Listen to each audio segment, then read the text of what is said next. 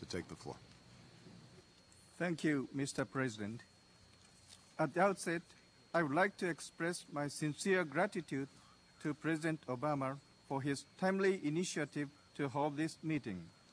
On August 6th and 9th this year, I visited Hiroshima and Nagasaki and spoke in person with atomic bomb survivors and their second and third generation descendants.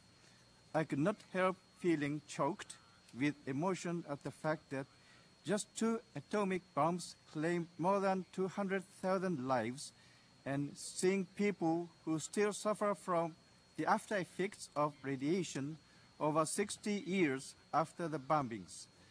I would like to encourage all leaders of the world to visit Hiroshima and Nagasaki and absorb with their own eyes and ears the cruelty of nuclear weapons.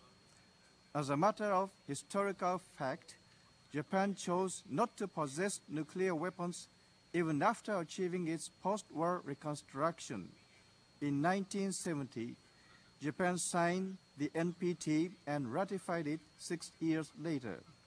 In 1996, Japan signed the CTBT and ratified it a year later. Why has Japan chosen to walk a non-nuclear path when it has the potential to develop nuclear arms?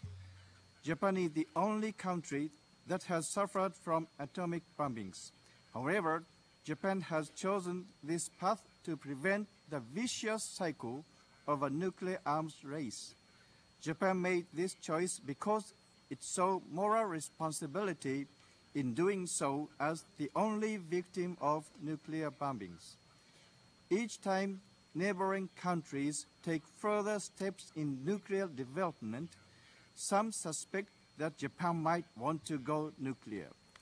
It is only because they do not understand our firm determination not to acquire nuclear weapons and to fulfill our responsibility to act as the state to have suffered from atomic bombings. I hereby renew Japan's firm commitment to the 3 non-nuclear principles. However, it is not sufficient for Japan to just renounce the possession of nuclear weapons. Despite our wish for the elimination of nuclear weapons, nuclear weapon-holding states still possess a large amount of nuclear arsenal, and the world remains under the threat of nuclear proliferation. It is a harsh reality that efforts for nuclear non-proliferation have come to a critical moment in the face of challenges such as the nuclear issue of the DPRK and Iran, and the risk of terrorists acquiring nuclear material and technology. Thus, Japan should take the lead in the pursuit of the elimination of nuclear weapons. The vision for a world without nuclear weapons proposed by President Obama this April has encouraged and inspired people around the world. It is high time for us to take action.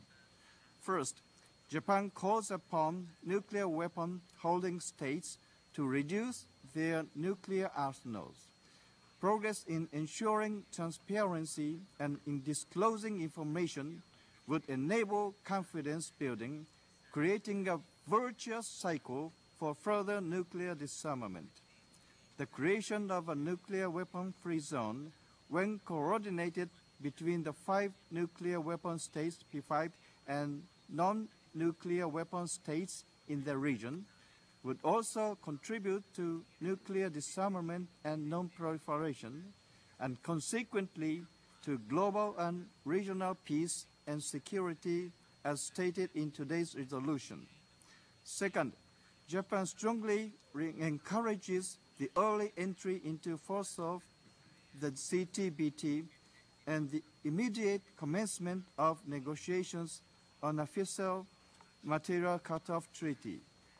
I recall that a Japanese fishing boat named Daigo Fukuryu Maru encountered the hydrogen bomb testing in the Bikini Atoll in the South Pacific on March 4th in 1954.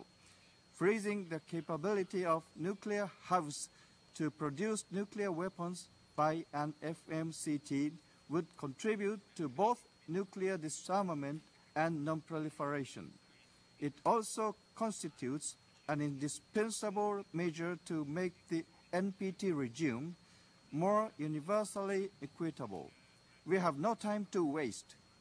Third, Japan itself will engage in active diplomacy to lead international efforts in nuclear disarmament and non-proliferation.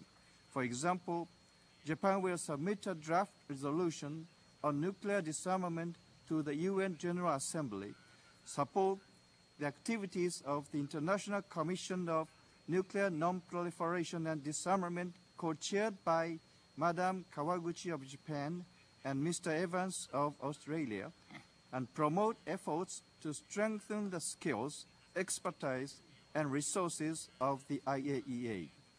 I wish to express my respect for the role played by IAEA Director General Albardai. I also wish to express my trusted confidence in and strong support for the soon-to-be new Director General, Ambassador Amano. Fourth, Japan will take resolute response to nuclear proliferation activities. The DPRK's nuclear development poses a grave threat to the peace and security of Japan and the international community and must not be tolerated. Japan will take necessary measures to implement the UN Security Council Resolution 1874 more effectively. Japan is also concerned about the nuclear issue of Iran. In this regard, the UN Security Council plays an increasingly important role, and Japan calls for the strengthening of the Council.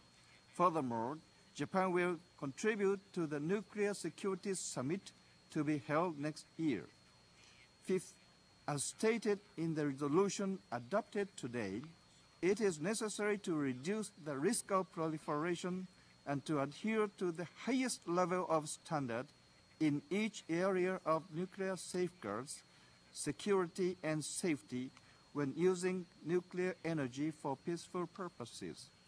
The period up to the NPT Review Conference in May next year will be critically important in testing the ability of the international community to take pragmatic steps forward towards nuclear disarmament and non-proliferation. All the nations of the world, with or without nuclear weapons, have the responsibility to take action towards nuclear disarmament